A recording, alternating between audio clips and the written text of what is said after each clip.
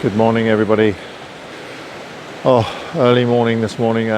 4 o'clock we got up because the hike to this location where we're at now, which is the same location that we were at last night, takes about an hour or so. Of course, early in the morning when you can't see anything, it takes a little bit longer. As you can see, the clouds have totally cleared up to the point where there's no clouds, except for in the very back there. Actually, when I woke up this morning, there were quite a few clouds, but as we walked up the valley, they just kind of cleared out. But as you can see, this peak is absolutely spectacular. And the guys that I'm with here, Jonas and Marcus and Clayton, are just waiting for the light to appear on the mountain. Karen decided to stay in the tent. She's probably the only smart one out of the five of us. So I don't think the light is going to be fantastic because we don't have any reflected light with clouds or anything like that. But I think what I'm going to do, I'm going to wait for the sun to come up over on this notch here, and I think I might try and take a pano. So we've got a nice S-curve in the river here, so that'll be the center of the interest, the peak over here. But I think if I do a pano, I can include the notch over here and perhaps these cliffs up here. I'm not sure yet, but I think I'm going to do that now before the light gets too bright on the summit. Otherwise the levels in contrast are just going to be too hard to deal with. But, just beautiful morning. It's such a nice wilderness area. There's nobody around for miles and miles. It's just a really great place to hang out and take a few photographs, I guess. All right, I'll take the pano, and hopefully it'll turn out, and then I'll post it. All right.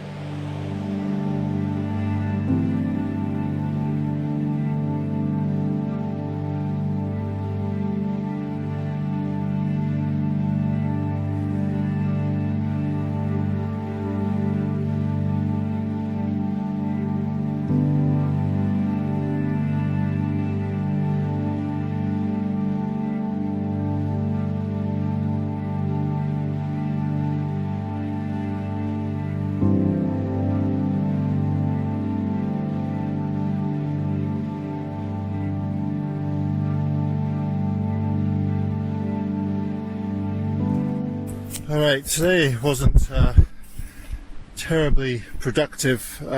The light is, well, as you can see, there's absolutely no clouds. So we packed up our stuff, and the boat came and picked us up, and it was going to take us to another location that looks absolutely incredible. The only problem is we couldn't land the boat because there was too many waves in the fjord. So we've come to another spot, not far from where we were supposed to get dropped off, but it's more sheltered. But of course, the scenery is spectacular, but it's not as spectacular as where we were going. So we're going to spend the night here, and then the boat's coming back to pick us up early in the morning, because generally speaking, the waves aren't as bad early in the morning and the late evening in the fjord here, and that way we'll be able to land in the spot that we want to be in. But so we did take some photographs tonight, but the light just wasn't terribly exciting. I'll show you the mountains right now. These kind of part of the mountain range here and back here, and there's actually a big lake, a freshwater lake, and then this is the fjord right here. So anyway, it was a nice little jaunt. So we're just going to go and set up our tents and have some dinner, and hopefully tomorrow will bring calmer weather. All right.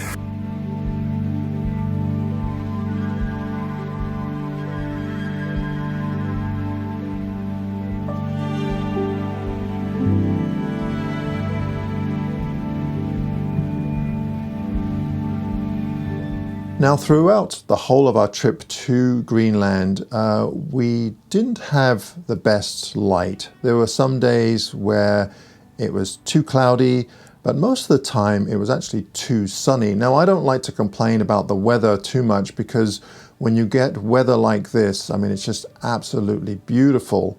And I have a somewhat of a love-hate relationship with bright blue, sunny, cloudless days. On the one hand, I really enjoy the weather, but on the other hand, when it comes to photography, I just find the light just not that interesting. Now, of course, traveling to a location as far away as Greenland, I'm definitely not just going to go there and not take any photographs. So you have to kind of make the best that you can do with the light that you have. And what I'll often do is try to fill the sky with an object. As in this case, I've tried to fill it with this beautiful twisty birch that was kind of lying on the ground here. Now, ideally, I would have preferred much nicer light, but this is the best that we had. We were only there for one evening, so this is the shot that I came away with.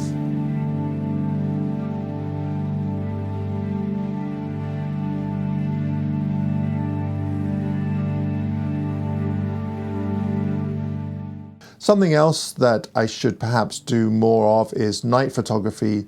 When you have cloudless skies, it's a great time, especially in an area like Greenland, where you don't have any light pollution, to do some night photography. Now, I'm not huge on night photography. I have done a little bit, but on this particular night, we did have a little bit of an aurora, which was just beautiful.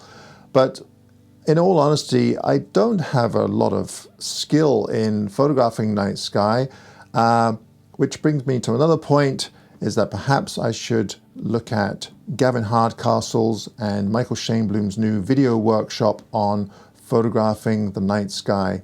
And I'll leave a link down below for their new course, but I'll be definitely watching it myself so that I can get a little bit of a better knowledge about how to approach the night sky.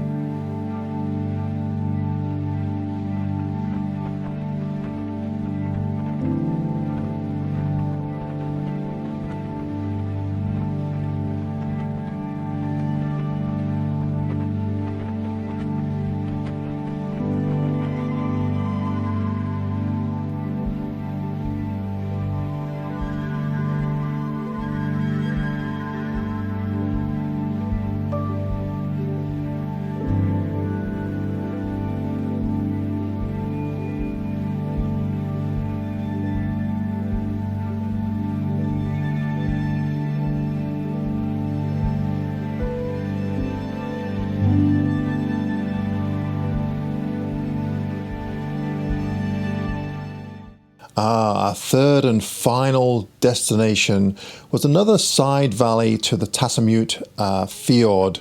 Now, this particular valley is a little bit more popular, and we saw a couple of groups in the area, primarily tourists and climbers. This area is quite popular with climbers because of the massive big walls in this area. There's several cliffs there that go over 1,000 meters. Multi-day rock climbs are just absolutely fantastic.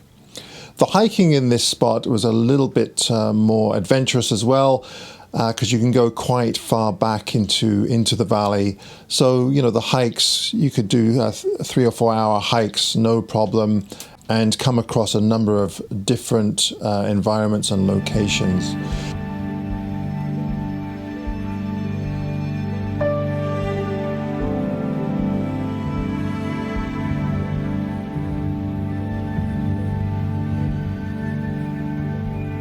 One of the subjects that I was really drawn to and absolutely loved were the junipers and willow that seemed to climb over a lot of the boulders. I guess because the weather is so harsh there in the winter, these trees have a bit of a hard time growing in this environment, so they kind of crawl their way over these rocks, forming these just fascinating patterns of trees kind of going over the boulders there. So when it was cloudy out, I concentrated on subjects that were close to the ground, and then if we did get a little bit of light, then I'd go for the grand landscape images.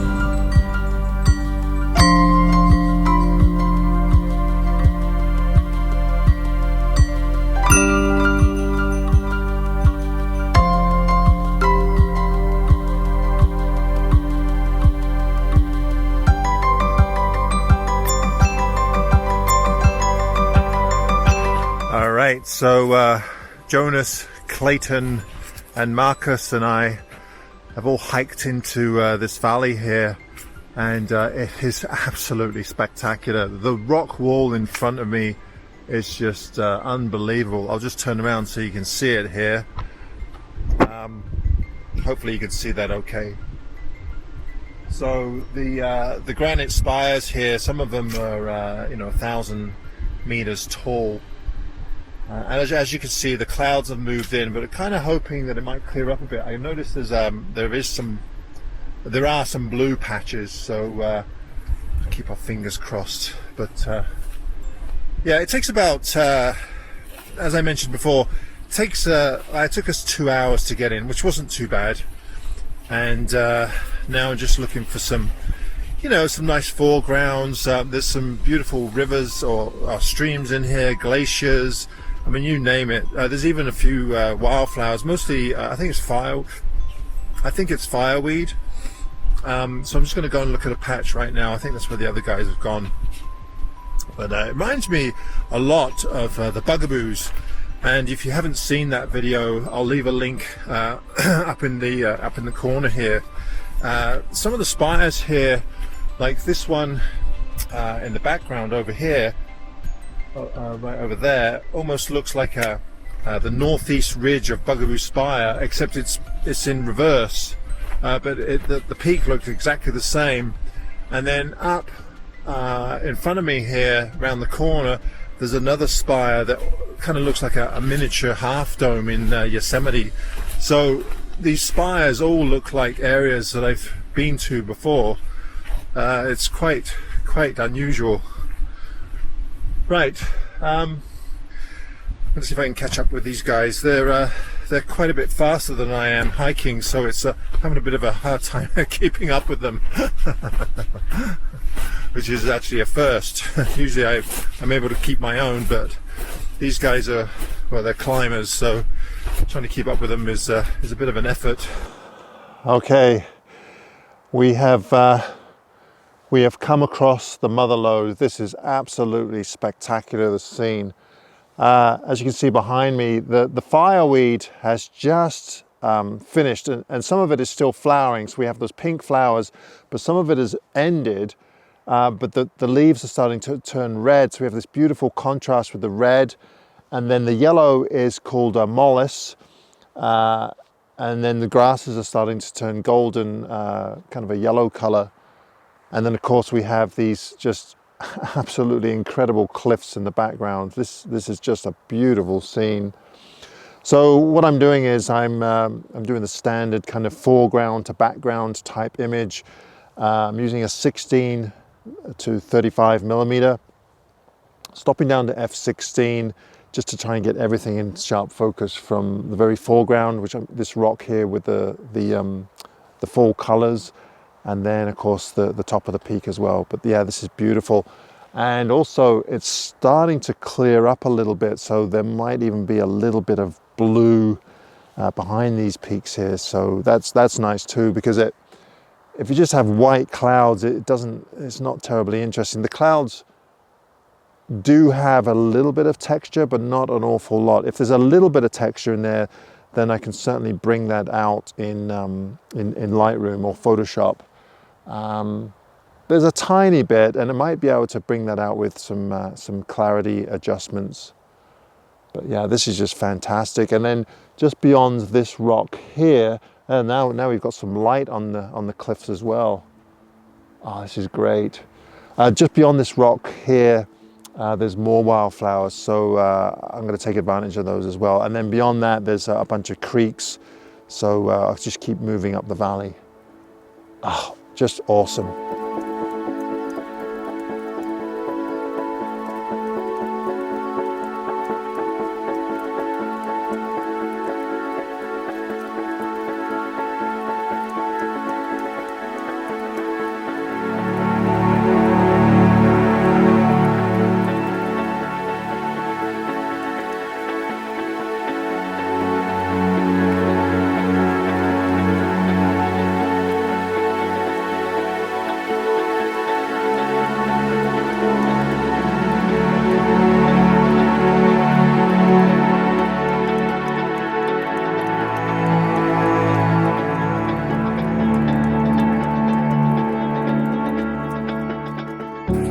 Oh dear. Okay, well that was extremely frustrating. I crashed my drone. First major crash I've ever had, so I guess I've been pretty lucky. But you know, just as the light's getting really good, I had to go and look for my drone. So I've just spent the last hour and a half searching for it. Luckily, it was still on. I hadn't totally smashed it up, and I was able to kind of turn the video on because I can't get the maps here. So I turned the video on, and I was able to kind of pinpoint where it crashed. Flying backwards is not always a good idea, and of course I turned off all the object avoidance system on it. So I don't know if I hit a rock or must have hit the grass, because I just lost a couple of propellers, but it seems to be working okay. So I guess I lucked out there. But I was about to give up, and then all of a sudden I saw the red lights. So anyway, right. So we have a couple of hours left of light. So I'm gonna see if I can redeem myself. The images that I have so far, I think, are going to be really good, but I'd like to get a couple more just to, you know, since we've hiked all this way. Right, enough video and more photography.